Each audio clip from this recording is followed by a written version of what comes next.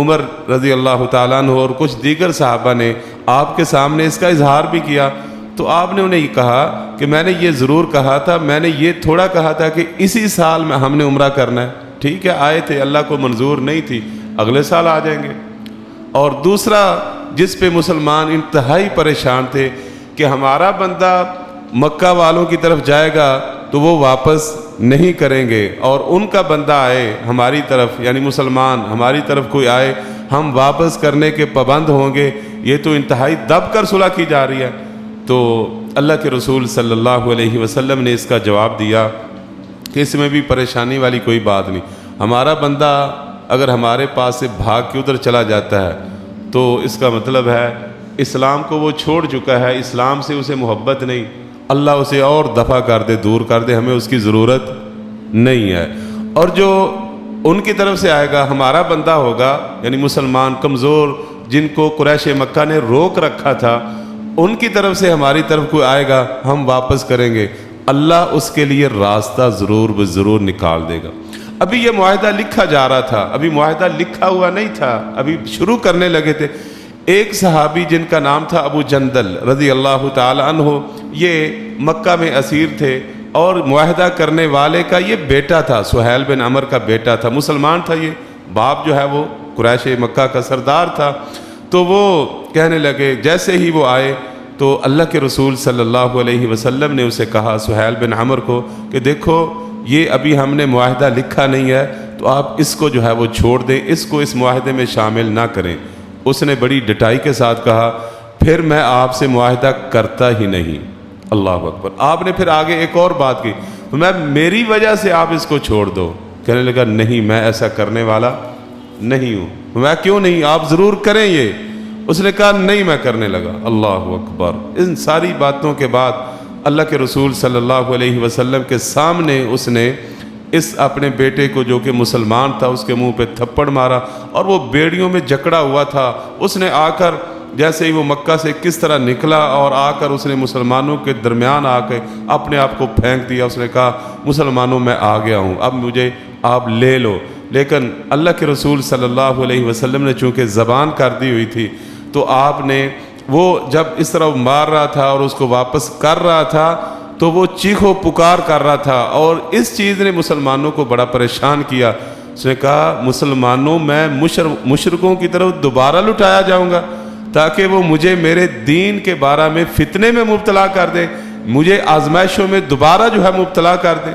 تو جناب عمر رضی اللہ تعالیٰ عنہ کہتے ہیں کہ جب وہ اس کا باپ اس کو لے جا رہا تھا، کہتے ہیں میں ان کے قریب قریب چلنے لگا، ابو جندل کے میں قریب قریب چلنے لگا، اور کہتے ہیں میں اپنے ہاتھ میں تلوار کو پکڑے ہوئے تھا، ننگی تلوار، میں نے تلوار اس کے قریب قریب کر رہا تھا، اور ساتھ ساتھ اسے تلقین کر رہا تھا، بتلا رہا تھا، کہہ رہا تھا کہ یہ دیکھو یہ مشرک ہیں، اور ان کے یہ جو مشرک ہیں ان کا خون جو ہے وہ کتے کے خون جیسا ہے، ان کی کوئی اہمیت نہیں ہے، ساتھ ساتھ چل رہے ہیں، ساتھ ساتھ اسے بتلا رہے ہیں۔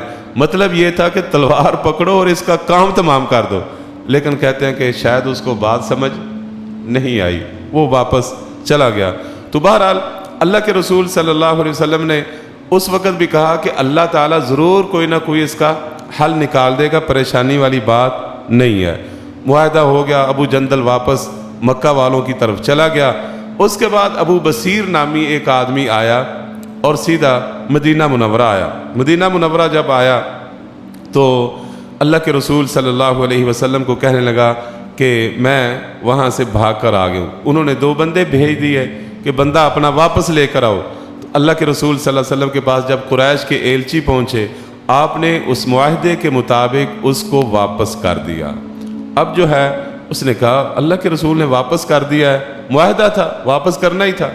تو واپس جب جا رہے تھے وہ دونوں بندے اس کو لے کر جا رہے تھے، ظاہر رستہ اس وقت پیدل ہوتا تھا یا اونٹوں پر ہوتا تھا، کسی جگہ وہ اترے تو جناب ابو بصیر رضی اللہ تعالیٰ عنہ ان میں سے ایک کو کہنے لگا، یار یہ آپ کی تلوار بڑی اچھی ہے۔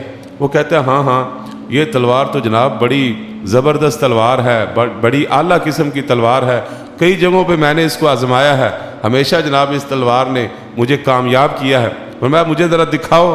اس نے جیسے ہی ابو بصیر رضی اللہ تعالیٰ عنہ کو اپنی تلوار دی، جناب ابو بصیر نے ایک ہی وار میں اس کی گردن جو ہے اس کے تن سے جدا کر دی۔ دوسرا جو ہے وہ بھاگا بھاگا اللہ کے رسول صلی اللہ علیہ وسلم کی عدالت میں جا پہنچا، بھاگا وہاں سے، کہنے لگا میرا ساتھی قتل ہو گیا اور میں بھی قتل کیا جانے والا ہوں۔ ابو بصیر بھی پیچھے پیچھے تھے، وہ میں بھی گیا، بس اس کو کسی طرح سے جو ہے وہ پکڑ لو۔ بہرحال اللہ کے رسول صلی اللہ علیہ وسلم نے جب اس کو دیکھا تو فرمایا کہ یہ تو بھائی جنگ کی چنگاری ہے، اگر اس کے ساتھ کچھ بندے مل جائیں۔ اس نے آپ صلی اللہ علیہ وسلم کے اشارے کو سمجھ لیا اور وہاں سے وہ نکلا اور کہنے لگے ابو بصیر، اے اللہ کے رسول، آپ نے اپنا معاہدہ پورا کر دیا، آپ نے مجھے واپس کر دیا، اللہ نے مجھے نجات دے دی۔ وہاں سے وہ نکلا اور ساحل سمندر پر جا کے اس نے ڈیرا لگا لیا۔ اب جو بھی مسلمان مکہ میں مجبور تھا، مقہور تھا، قریش مکہ کی قید میں تھا، اسے پتہ چلا ابو بصیر وہاں پہ، وہ بھاگتے اور جا کر وہاں پہ اس کے ساتھ مل جاتے، حتیٰ کہ اچھا خاصا ایک جتھا مسلمانوں کا وہاں پہ رہنے لگے۔ اب وہ تجارتی گزرگاہ تھی، جو بھی قافلہ آتا وہ قافلوں کو لوٹ لیتے اور قریش مکہ کو وہ جو ساتھی ساتھ ہوتے ان کو وہ قتل کر دیتے۔ اب جو ہے یہ سلسلہ کچھ دیر چلا، قریش مکہ آئے اور اللہ کے رسول صلی اللہ علیہ وسلم کو واسطہ دے کر کہا کہ وہ جو شک میں لکھا ہوا تھا نا کہ ہمارا بندہ آئے گا اور جناب آپ واپس کریں گے، تمہارا بندہ آئے گا تو واپس نہیں کریں گے، وہ معاہدہ ختم کرو، وہ شک جو ہے وہ ختم کر دو۔ اللہ اکبر۔ تو اس طرح جناب ابو بصیر رضی اللہ تعالی عنہ کی جواں مردی کی وجہ سے، شجاعت کی وجہ سے مسلمانوں پر جو پریشانی والا جو مسئلہ تھا وہ بھی ختم ہو گیا۔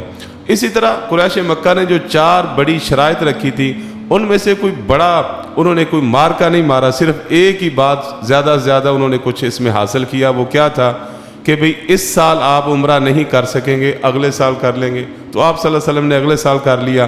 باقی جو اپنے آپ کو وہ کہتے تھے جناب، انہوں نے پہلے دن سے آپ کے خلاف جنگ برپا کی ہوئی تھی، اب جو ہے وہ 10 سال کے لیے جنگ بندی کا معاہدہ کر رہے تھے۔ اس کا مطلب ہے اپنے آپ کو انہوں نے ہارا ہوا تسلیم کر لیا ہے، اپنی ہار انہوں نے تسلیم کر لی ہے، اس لیے تو 10 سال کا معاہدہ کر رہے ہیں۔ اللہ کے رسول صلی اللہ علیہ وسلم نے تو معاہدہ نہیں کیا، خود انہوں نے معاہدہ کیا تھا۔ اور باقی اب انہیں صرف اپنی فکر لگی ہوئی تھی، دنیا کی فکر نہیں۔ پہلے تو تھا عرب، دنیاوی صدارت، دنیاوی قیادت بھی ان کے پاس تھی اور دینی قیادت بھی انہی کے پاس تھی۔ اب تیسری جو شک تھی، جو اللہ کے رسول کے ساتھ ملنا چاہے وہ آپ کے ساتھ مل جائے، جو ہمارے ساتھ ملنا چاہے وہ ہمارے ساتھ مل جائے۔ اس میں بھی ان کی بکلاہٹ بالکل واضح نظر آتی ہے کہ اب انہیں اپنی فکر ہے، آپ صلی اللہ علیہ وسلم کی کوئی فکر نہیں ہے۔ اللہ اکبر۔ یہ وہ معاہدہ تھا میرے محترم بھائیوں، صلح حدیبیہ کے نام سے جس کو جانا جاتا ہے، جس کو اللہ نے فتح مبینہ، واضح فتح، بڑی فتح قرار دیا، کیونکہ اس سے مسلمانوں کے راستے کھلے۔ اور ابھی یہ صلح حدیبیہ گزرے تھوڑی دیر ہی گزری کہ قریش مکہ کے 3 جو بڑے سردار تھے، بڑے ان کے جناب شجاع تھے، بہادر تھے، انہوں نے مدینہ منورہ آ کر اللہ کے رسول صلی اللہ علیہ وسلم کے ہاتھ پر بیعت کر لی۔ اور وہ کون لوگ تھے؟ جناب خالد بن ولید رضی اللہ تعالی عنہ اور جناب عمر بن عاص رضی اللہ تعالی عنہ اور جناب عثمان بن ابو العاص۔ جب یہ تینوں آپ صلی اللہ علیہ وسلم کے پاس آئے اور آ کر اسلام قبول کیا تو آپ نے وہاں پہ ایک سنہری بات کہی تھی کہ اب مکہ والوں نے اپنے جگر گوشے ہمیں عطا کر دیے ہیں، جگر گوشے عطا کر۔ اور پھر اللہ نے ان سے اسلام کا کیا کام لیا؟ خالد بن ولید رضی اللہ تعالیٰ عنہ، ان کی جرت بہادری آپ جانتے ہیں۔ شاید عمر بن عاص رضی اللہ تعالیٰ عنہ، ان کے بارے میں آپ جانتے نہیں ہیں۔ اللہ اکبر۔ کہتے ہیں 4 عرب کے جو سب سے بہترین دماغ تھے نا، 4 عرب کے، ان میں سے جناب عمر بن عاص رضی اللہ تعالیٰ عنہ اکیلے نے ایک پورا یہ جو بحرین کا علاقہ تھا، صرف سفارت کی وجہ سے وہ سارے کے سارے لوگ مسلمان ہو جاتے ہیں۔ اور فاتح مصر ہیں، مصر کو بھی انہوں نے بڑے عجیب طریقے سے فتح کیا کہ جس کی نظیر پورا ملک جو ہے انہوں نے وہ فتح کر دیا اپنی تدبیر کے ساتھ، بغیر کوئی بڑا خسارہ کیے ہوئے۔ تو یہ جناب عمر بن عاص تھے۔ اسی طرح جناب عثمان بن ابو العاص تھے رضی اللہ تعالیٰ عنہ، جو کہ بیت اللہ کے چابی بردار جو تھے اس قبیلے سے جن کا تعلق تھا۔ تو اس طرح میرے محترم بھائیو اللہ تعالیٰ نے مسلمانوں کو یہ عظیم فتح دی۔ ھذا واللہ اعلم وصلی اللہ